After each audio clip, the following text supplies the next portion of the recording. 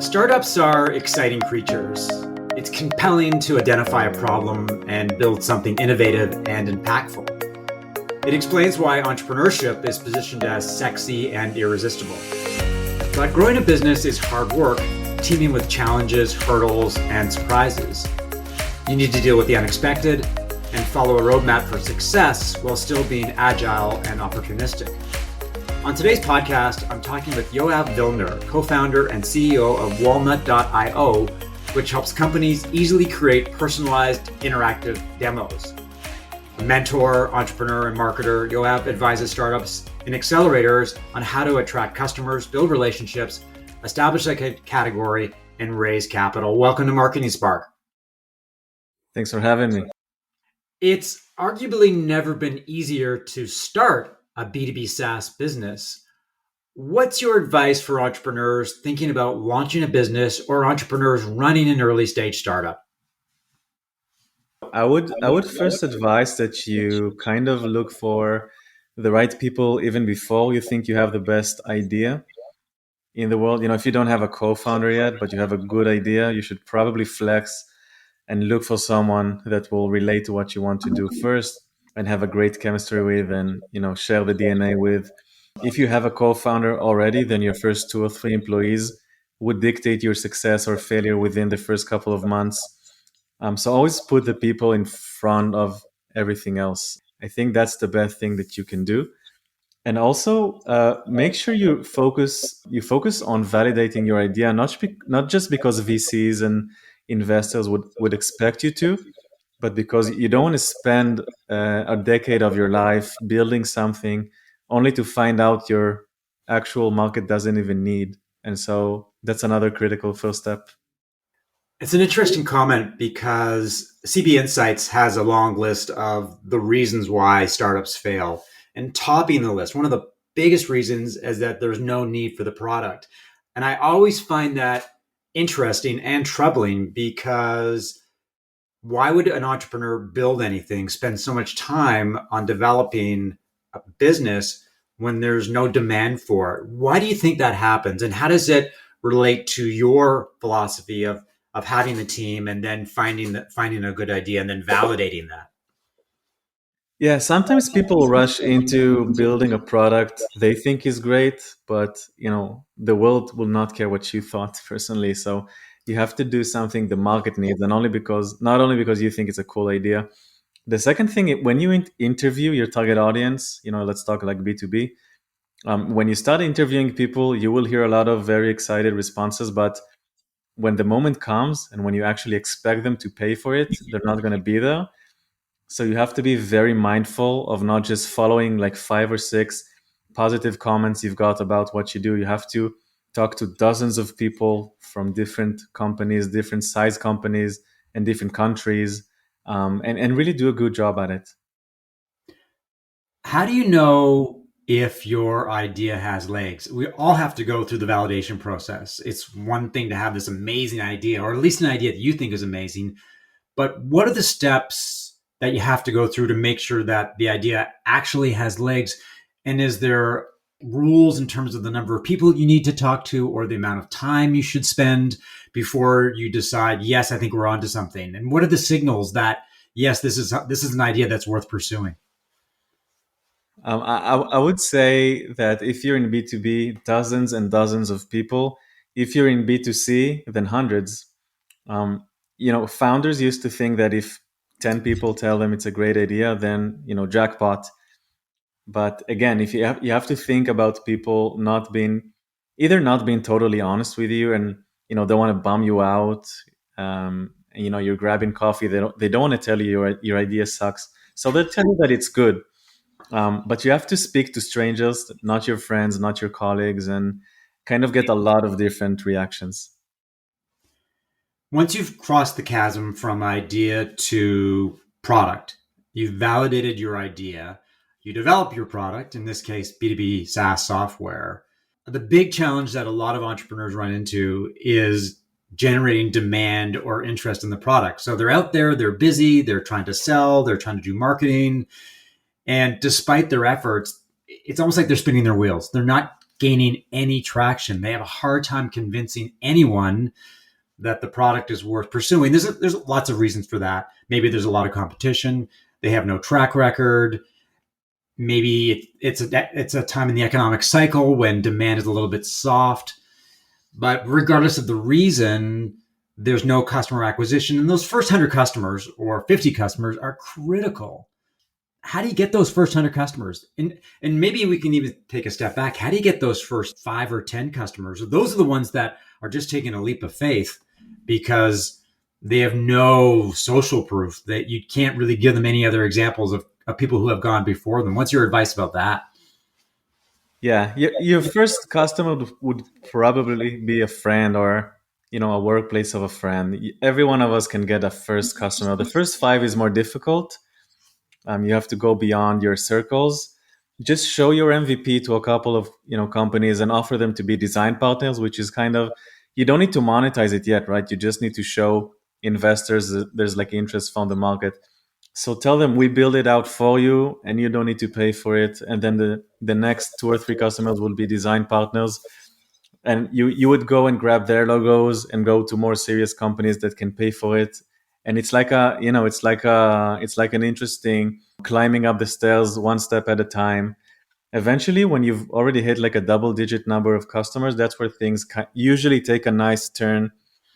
Depending if you're building a valuable product, it can also take a turn to the wrong side. But if you're building something nice, then that's where you're going to see it kind of taken off. You would want to invest in content and a little bit of PR a little bit early on so people can believe you and trust what you're doing.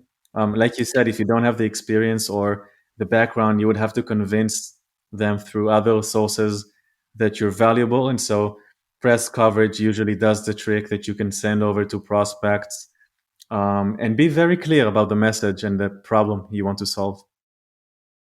So initially, you're looking for guinea pigs, for lack of a better word, people who will invest their time to reap the benefits of your product. So you're looking for them to volunteer their time.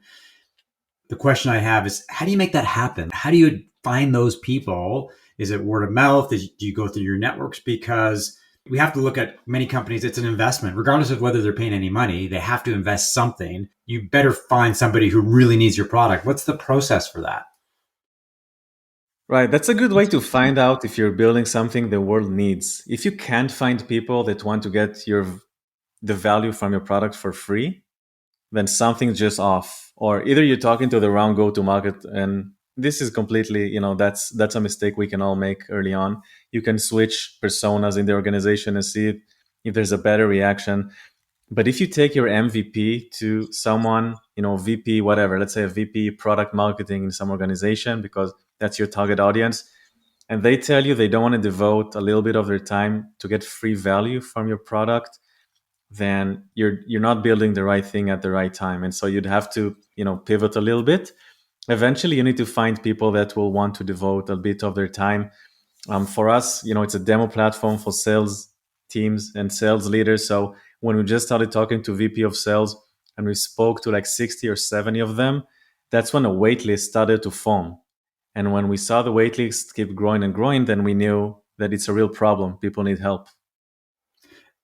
It's interesting. In the case of Walnut, describe to me those early days when you had this idea of an interactive demo. You started, how many people did you reach out to? And what was the initial reaction? And how did you find those design partners?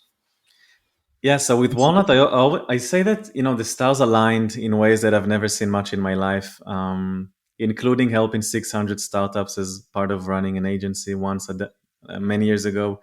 Everything just kind of aligned. Like the first batch of 60 or 70 VP sales we spoke to said, we would really pay for it. They even named the price that they want to pay for it when it's ready, because they had huge problems of friction between salespeople and developers and product, and people trying to help or interfere with with the demos that salespeople are doing.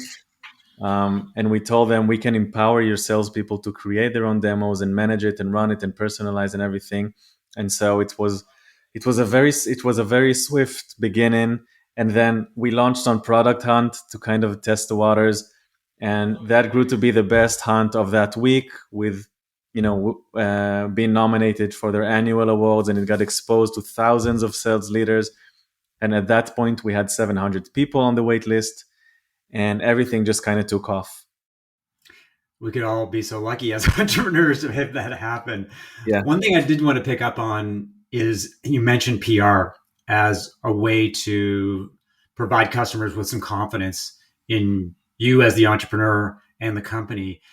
And having been a journalist for a long time and having dealt with a lot of PR people, from the outside looking in, it sounds great. Getting media coverage, being written about in TechCrunch sounds wonderful. But we all know the realities of PR. It's really hard to break through. It's a very noisy landscape. It's hard to attract the spotlights, especially if you're a small company with very few customers and a non-existent track record. So how do you leverage PR? How do you create a story about yourself that's newsworthy when you haven't got a long track record and there's really not a lot to write about? Yeah, that's a great question. If you don't have the right connections, you're in a problem because you can't even afford to hire a PR agency yet, right? You're at seed stage. It doesn't make sense. If you want to get coverage, if you think your story is very timely, so we launched when remote sales became a thing during the first COVID lockdown, and it was super interesting. And then the public saw that we're building an editor for demos, and then they said this is like Wix, but for demos. And then the headlines were like a Wix for demos type of thing. So we kind of danced around that, and then we raised our first 2.5 million seed, which is now considered to be low seed, and most journalists would not cover, but it was still at the beginning of COVID. It was sufficient for an announcement. So you need to get all kinds of triggers and hooks, but eventually, like, try to reach out to journalists, on your own, whether on Twitter or anything, and offer them a story. A lot of founders are kind of afraid of that, right? They don't want to, they're afraid of this whole thing of talking to journalists. They're like, if I don't have a CMO, I don't know how to do that. But I think journalists really appreciate talking to the founder and CEO. So just try it out. If you've raised some funds for a seed round, then I think it's good enough for a first announcement. I find that as well when I'm dealing with clients is they want to hire a PR person, or in some cases they want me to reach out to a reporter or a blogger. And agencies and people like myself, consultants like myself, we don't have the street cred. We don't have the credibility. Entrepreneurs, on the other hand, they're authentic. They're doing it. They're the ones. It's their time and money and energy on the line. And my advice to a lot of entrepreneurs is go out and talk to reporters. Reporters like talking to the source of truth. They want real world examples. They want to hear firsthand about what's going on with startups and what entrepreneurs think of trends. So I think that's great advice. Once you've got product market fit, once you've validated your product, once you've got a few guinea pigs or customers in the mix, what's the next step? Because some companies will just hire a sales team and they'll go hard hoping that the product sells itself as long as you can reach out to enough people. Other companies leverage marketing because they want to build a brand, and some companies do both. What's your advice? Is there a general rule of thumb of when things should happen or whether things should happen at the same time? Because for a lot of entrepreneurs, it comes down to priorities, competing priorities. Yeah. Most of them remember way too late to handle, first of all, to handle any of what you just mentioned. I've seen startups that were kind of successful, but they forgot all about a CMO or a VP of sales up until the like second or third year, and things started to gradually crash. So you have to focus on your brand, your positioning, the value proposition from day one. I think even if there's not a lot of budget, just start working on your brand. The thing is, it's a slow process, and the other thing is your competitors are probably going to beat you to it. For us, we've made, by the way, a very odd decision of bringing on a VP of sales as our second employee. We did not have a full product to even sell, but he's also our target audience. And so we also use him to help us shape the MVP of how VP of sales would want to use our product. And that was a very smart move. In Mm-hmm. between, he built out our pipeline and leveraged his network. And that was a very smart move for us. What about marketing? When did marketing become part of the Walmart mix? So our 10th employee has been a head of marketing, and it's also super early on. Like usually, I'm not saying bring in a full-time head of marketing when you're 10 people. It's usually the size where you're still building out your product, trying to experiment the direction with your design partners. But it's like my personal background is marketing, so it was my personal hunch that we need to get it early and get it right, and it really paid off. Like we're considered to be one of the best brands right now in B2B sales, and we're getting hundreds of leads each month just of different initiatives that we have around brand, and so it paid off. Timing for marketing is always an interesting question, particularly when it comes to hiring a full time employee. Many of the companies that I work with have, at best, a junior marketer because they're not quite sure that they're ready for marketing, or they don't have the confidence in marketing, or they don't have a budget for marketing. My question to you is, how do you know when the time is right to hire that first full time marketer? And as important, what kind of skills should they have? Do you hire a generalist who's a jack of all trades or a Jill of all trades and they can do anything? Or do you hire a specialist who can help you leverage a particular channel or a particular type of marketing? Yeah, I would first say that kind of varies according to like your specific industry and product and everything. Some industries require you to be more loud and better with content and build a brand early on. Where with some type of startups, you could be better off like building your technology in the garage for the first year. But let's say you're part of an industry that's competitive and you want to go out there and go above the radar. I would say like around your anywhere between 10 or 15 first employees, that's when you want to squeeze in that first marketing. And you would want like I think the idea of a generalist could be good. Like if there's like a medium level generalist not hoping to be CMO, can handle the social and the branding and the website and the first PPC campaigns, handling your PR team and everything. Even for most founder, that is good, too good to be true. Usually they would not find even that guy early on until they raise sufficiently more funds, and then they can pay for the more expensive people. What about the flip side when it comes to sales? Your first hire, one of your first hires with the VP sales. How quickly should B2B SaaS startups scale their sales? Because if you've got demand, I guess you can handle more BDRs and you can hire more salespeople and they'll have enough to do. But is there a rule of thumb in terms of how quickly you should build out your sales team? If you're, I'm talking here as if you're not a sales startup, because we are, and so we had to bring them on super early because it made sense. If you're not a sales startup, then I would say the minute that you feel you've hit a little bit of a fit, of a market fit, like if you feel that if you've spoken down to 100 customers and something will actually happen, like your product can do something, then you should start with your first time with your full-time salesperson.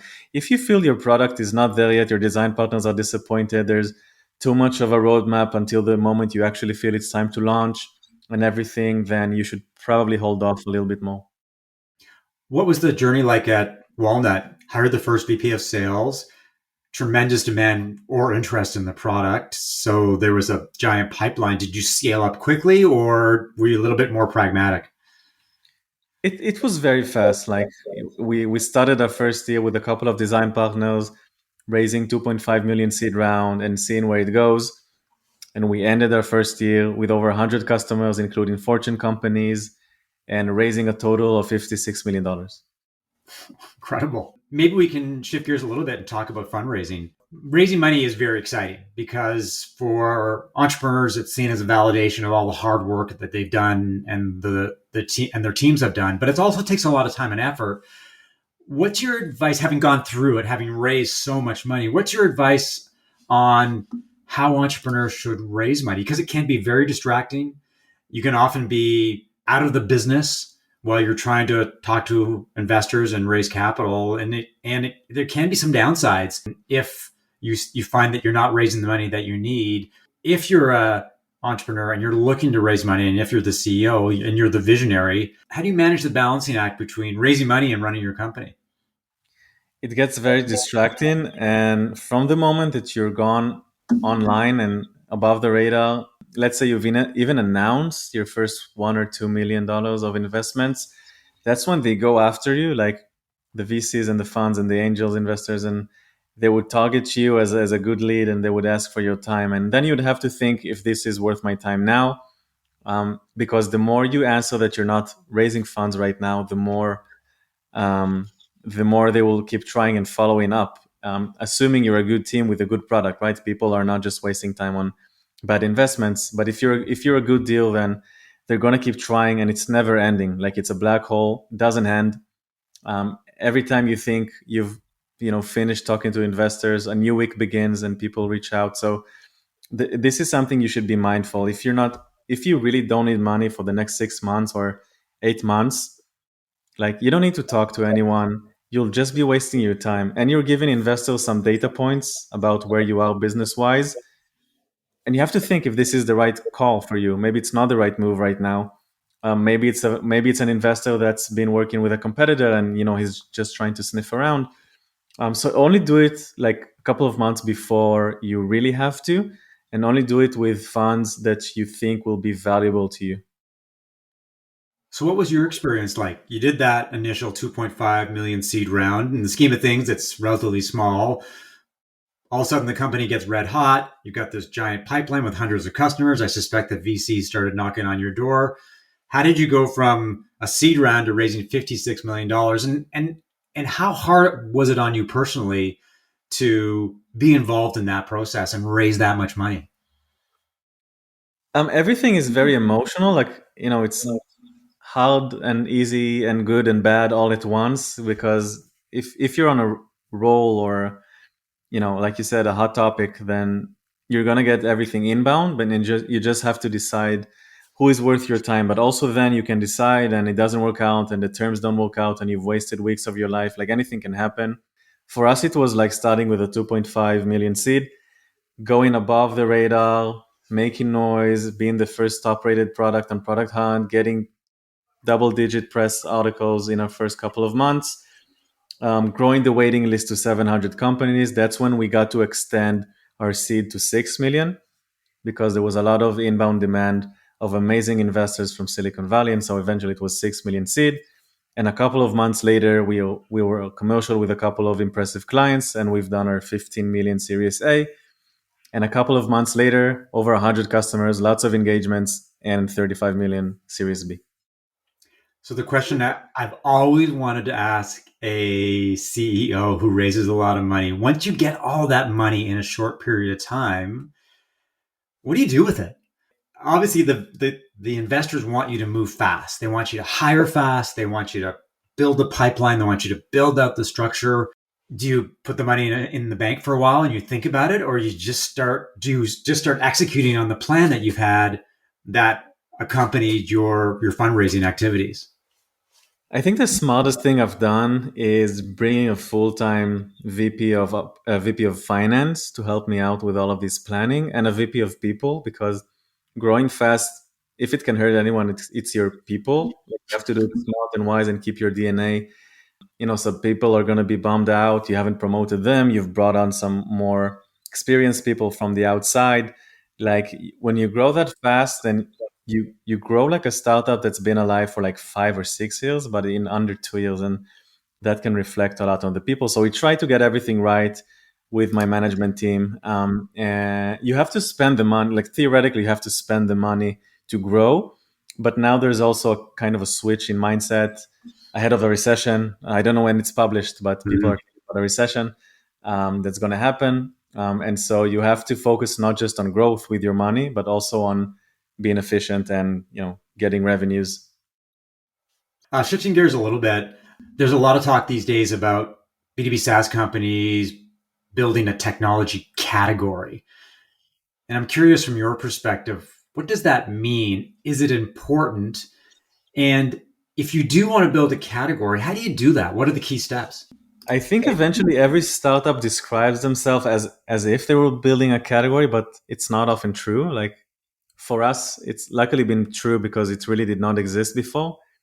Like we were competing with brick and mortar solutions and PowerPoint presentations and videos and stuff. And so I've seen it happen really fast, from talking about it and hearing it's a nice idea up until the point where you have hundreds of inbounds, and Gartner's writing a blog post about your industry, and I've seen it happen real fast. I think the main point is trying to be first to market, trying to be the first one to announce what you do, and so the market will appreciate that you've come up with it first, and then establish yourself with a lot of presence. The more followers you have on LinkedIn, and the more content that you have, the more educating content that you produce, and thought leadership pieces, and all of that kind of connects into a huge puzzle that says, you're dominating this category. The other thing I wanted to talk to you about when we were trying to arrange this interview is one of the topics that you were focused on is networking. And I found that really interesting over the last 2 years is that networking has changed. The days of going to conferences and meetups and coffees and dinners, that all disappeared. But obviously networking is still important. A lot of it happens over Zoom, over things like this. As an entrepreneur who's trying to leverage networks, because it's important to sort of build up that network, how do you do it these days? Conferences are coming back, fortunately, slowly but surely. But what's your approach to networking, and how do you do it effectively and efficiently so that you can build a network that works for you? Yeah, that's a great question, because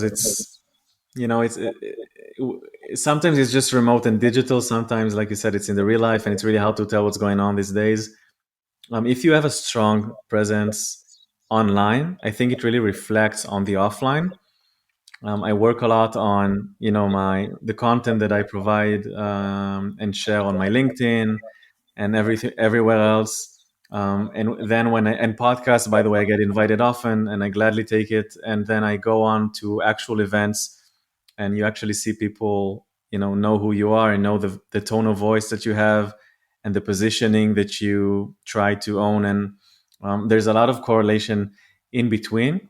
I would say the more engaging content you share, like let's say even creating a podcast like you're doing, or just participating, or a blog, or a video series, or of course that raising a lot of money never hurts your efforts, right? Of being a tech figure. But even before that, if you dominate a specific topic, then it's really going to reflect on the real life events and the real life network.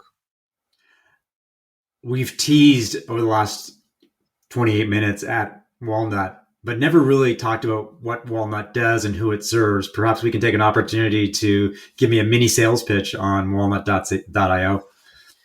Yeah, for sure. So we're letting sales teams and marketing teams create interactive demos, personalized demos. They help them put the prospects in the center. So no two prospects are alike, and they should probably get different experiences.